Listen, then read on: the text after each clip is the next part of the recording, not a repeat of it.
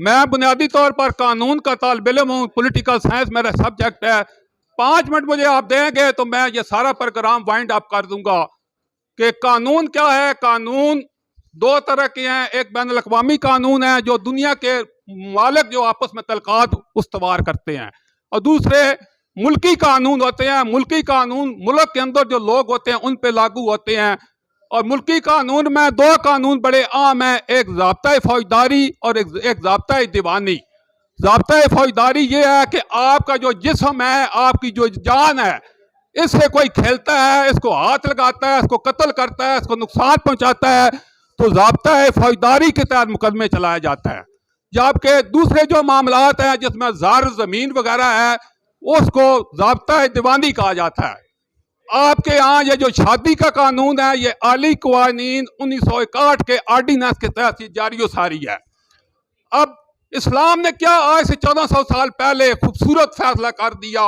मैं लंबी चौड़ी तकरीर में नहीं जाना चाहता, मैं इस्लाम की बात करना चाहता हूँ। सारे अहले इल्म लोग बैठे हैं। इस्लाम कहता है कि किसी मुसलमान महफिल में, खा वो शूरा का मेंबर ही क्यों ना हो, जो जहाँ सबसे बड़े फैसले होने होते हैं, जिस तरह हमारी पार्लियामेंट है, तो वहां बैठने वाला बंदा अक्ल और बालग होना चाहिए। अब बहुत से लोग अक्ल हो जाते हैं, 5, 6, 7, 10 साल में ही वो PhD कर लेते हैं, लेकिन वो बालग नहीं होते।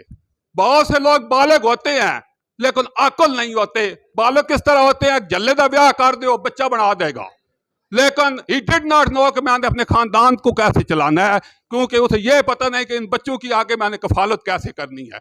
तो इस्लाम ने कह दिया कि अक्ल और बालग होना जरूरी है। एक बच्चा खुद माँ बाप के मरूने मिन्नत है, वो अपना खर्चा बर्दाश्त नहीं कर रहा और वो उसकी आपने शादी कर दी है, वो खानदान को कैसे चलाएगा। खानदान बहुत बड़ा यूनिट है और उसकी सारी जिंदगी उसकी उसने कफालत करनी है। खुदारा जो कानून हुकूमत बनाती है वो आपकी बेहतरी के लिए बनाती है और बड़े गौर और फिक्र के बाद कानून बनाए जाते हैं। तो अली कानून में 3 है। पहले तो निकाह हो गया, और निकाह की उम्र जिस तरह इन्होंने बता दी 18 और 16 साल से पहले निकाह नहीं हो सकता। और उसके बाद फिर निकाह के बाद क्या होता है, फिर तलाक होती है, खुला होता है कि वो कानून अगर उसमें दर्ज कर दिए जाएं तो बहुत आसानी हो जाएगी। फिर अगली बात है कि खुला के बाद अगर विरासत में जाना है तो तलाक हो जाती है, तो बच्चे की कफालत कौन करेगा। तो ये सारी चीज़ें जब तक आप अच्छी तरह समझेंगे नहीं, ये मसले निकाह खान के लिए होंगे। और ज़ाहिर बात है हुकूमत ने कानून बना दिया है कि अगर निकाह खान गलत निकाह पढ़ाता है तो फिर सारी बात बस उसकी होगी और वो फिर जेल में भी जा सकता है।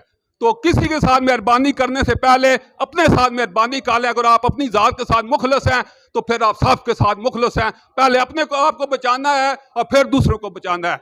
अल्लाह ताला हम सब का हामी नासर और हमें हर उस चीज़ पर अमल करने की तौफीक दे जो कुरान और सुन्नत के मुताबिक है। Thank you.